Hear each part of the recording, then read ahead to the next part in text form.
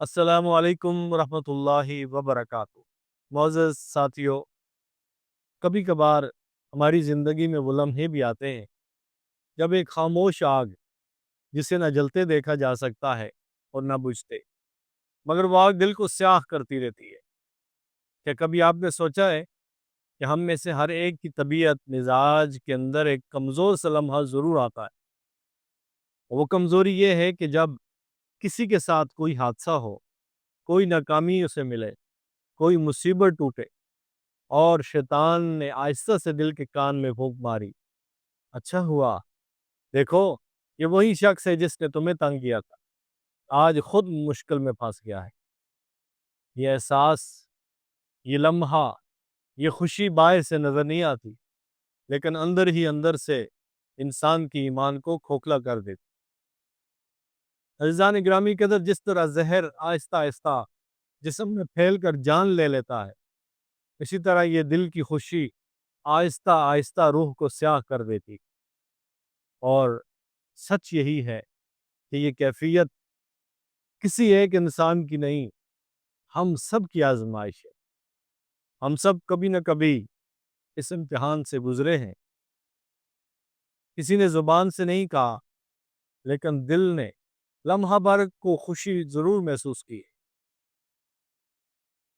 اور یہی خوشی، یہی چھپی ہوئی مسکراہٹ، اللہ رب العالمین کے نزدیک ایک خطرناک گناہ ہے۔ عزیزان گرامی قدر، یہ دنیا میں اکثر ہوتا ہے، دو افراد میں جھگڑا ہو جائے، دوریاں پیدا ہو جائیں، پھر جب کسی ایک پر مصیبت آتی ہے تو دوسرا دل ہی دل میں خوش ہو جاتا ہے۔ یہ خوشی انسان سوچتا ہے کہ کسی کو نہیں پتا، لیکن وہ بھول جاتا ہے کہ اللہ دلوں کو بھی دیکھتا ہے، وہ دلوں کا بھی حساب لیتا ہے۔ محترم دوستو، یہ وہ بیماری ہے جسے حدیث میں شماتت کہا گیا ہے، یعنی کسی کی مصیبت پر خوش ہونا۔ اور یہ کوئی چھوٹی بیماری نہیں ہے، یہ ایمان کے خلاف چلنے والا زہر ہے، جس کے بارے میں رسول اللہ صلی اللہ تعالیٰ علیہ وآلہ وسلم نے سخت ترین وارننگ دی ہے۔ میرے بھائیو، یہ وہ لمحہ ہوتا ہے جب کسی بھائی پر مصیبت آئے اور ہم دل کے کسی چھپے کونے میں خوش ہو جائیں۔ شاید زبان پر کچھ نہ ہو، مگر دل میں ایک سرور کہ اچھا ہوا وہ گر گیا، وہ مشکل میں آ گیا، وہ ذرا نیچا دکھائی دیا ہے، لیکن سنو، دل کے اندر پیدا ہونے والا یہی چھوٹا سا زہر انسان کی پوری زندگی کو برباد کر دینے کے لیے کافی ہے۔ اس زہر کو شماتت کہتے ہیں، یعنی کسی کی پریشانی، کسی کی مصیبت، کسی کی تکلیف پر خوشی منانا۔ اور یہ وہ گناہ ہے جو نہ صرف دل کو سیاہ کرتا ہے بلکہ اللہ کے غضب کو بھی بھڑکاتا ہے۔ لوگ کہتے ہیں نا، بھائی اس نے میرے ساتھ ایسا کیا تھا، اچھا ہوا یہ مصیبت اس پہ آئی، لیکن شاید وہ نہیں جانتا کہ اللہ تبارک و تعالی ایسے لوگوں کے بارے میں کیا فرماتا ہے، اور رسول اللہ صلی اللہ علیہ وسلم نے اس بارے میں کیا وارننگ دی ہے۔ آئیے ذرا دل تھام کر ارشاد سنیے نبی پاک صلی اللہ علیہ وسلم کا، جس میں آقا کریم علیہ الصلوۃ والسلام نے ارشاد فرمایا، تم اپنے بھائی کی مصیبت پر خوشی کا اظہار مت کرو، ورنہ ممکن ہے کہ اللہ اس کو اس مصیبت سے نجات دے دے اور تمہیں اس مصیبت کے اندر مبتلا کر دے۔ یہ ترمذی کی روایت، میں نے آپ احباب کے سامنے اس کا ترجمہ پیش کیا۔ یہ الفاظ صرف ایک واعظ نہیں ہے، یہ زندگی بدل دینے والا قانون ہے۔ اللہ کا سسٹم ہے کہ وہ دلوں کو دیکھتا ہے، دلوں کے ارادوں کو جانتا ہے، نیتوں کو تولتا ہے، اور جب بندہ دوسرے کی تکلیف پر خوش ہوتا ہے تو اللہ کی غیرت جوش میں آتی ہے۔ کبھی ایسا دیکھا ہے، دو افراد میں دشمنی ہوتی ہے، ایک مشکل میں گرتا ہے، دوسرے کے چہرے پر خوشی آ جاتی ہے۔ چند دن بعد اچانک حالات پلٹتے ہیں، مسئلہ ختم، پریشانی دور، اور وہ جو خوش ہو رہا تھا اچانک کسی اپنے امتحان میں پھنس جاتا ہے۔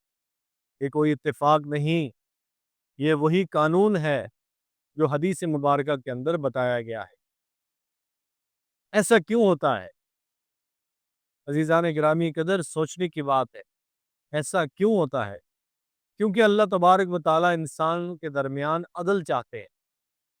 وہ چاہتے ہیں کہ دلوں میں بغض، حسد، کینہ، جلن اور دوسروں کے دکھ پر خوشی نہ رہے، دوسروں کی کمزوری پر مسکراہٹ نہ پھیلے، دوسروں کے نقصان پر خوشی محسوس نہ کی جائے، دوسروں کے گر جانے پر جشن نہ منایا جائے۔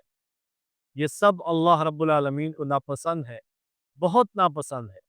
اور اگر اللہ ناپسند کرے تو پھر کیا بچتا ہے؟ ذرا سوچئے، آج کوئی گرا ہے، کل تم بھی گر سکتے ہو۔ آج کوئی فیل ہوا ہے، کل تم بھی ہو سکتے ہو۔ آج کسی کے دروازے پر مصیبت آئی ہے، کل تمہارے دروازے پہ بھی دستک ہو سکتی ہے۔ اور اگر ہمارے دل میں اس وقت خوشی تھی تو اللہ رب العالمین کے فیصلے کا رخ بھی پلٹ سکتا ہے۔ اہل علم کہتے ہیں شماتت حسد کی طرح ایک خبیث بیماری ہے، ایک نجس بیماری ہے جو دل کو بیمار کرتی ہے اور انسان کی قسمت کو بھی روکتی ہے۔ حضرات محترم، معارف الحدیث کی دوسری جلد کے اندر لکھا ہے کہ اللہ تبارک و تعالی بعض اوقات دنیا ہی میں بدلہ دے دیتے ہیں، وہ مصیبت زدہ کی مصیبت ہٹا دیتے ہیں اور خوش ہونے والے کو نئی مصیبت میں ڈال دیتے ہیں، تاکہ اسے معلوم ہو کہ انسان کی خوشی دوسرے کے دکھ سے نہیں ہونی چاہیے۔ تو پھر کیا کریں؟ جب بھی کسی کے ساتھ کوئی برا واقعہ ہو، جب بھی کسی پہ مشکل آئے، جب بھی کوئی گرے، اپنے دل کا جائزہ لے۔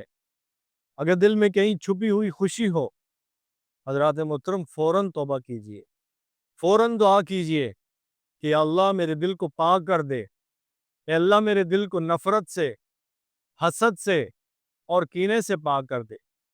بس یہی دل کی صفائی انسان کو بلند کر دیتی ہے، اور یہی وہ دل ہے جس پر اللہ رب العالمین کی رحمت برستی ہے۔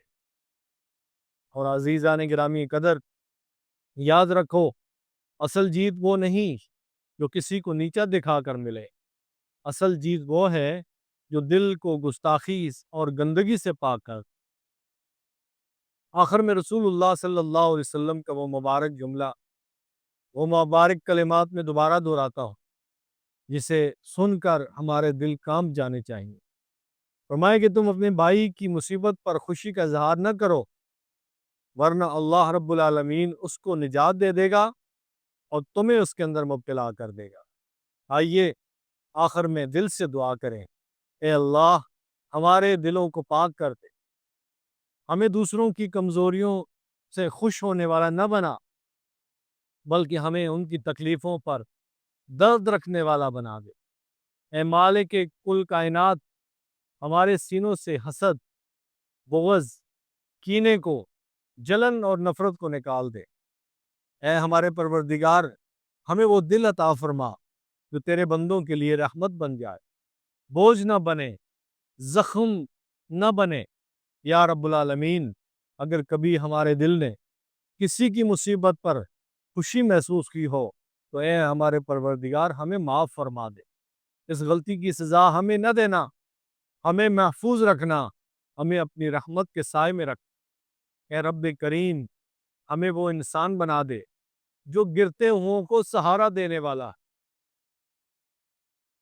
رونے والے کو دلاسا دے، دکھ میں مبتلا لوگوں کے لیے آسانی کا ذریعہ بن جائے۔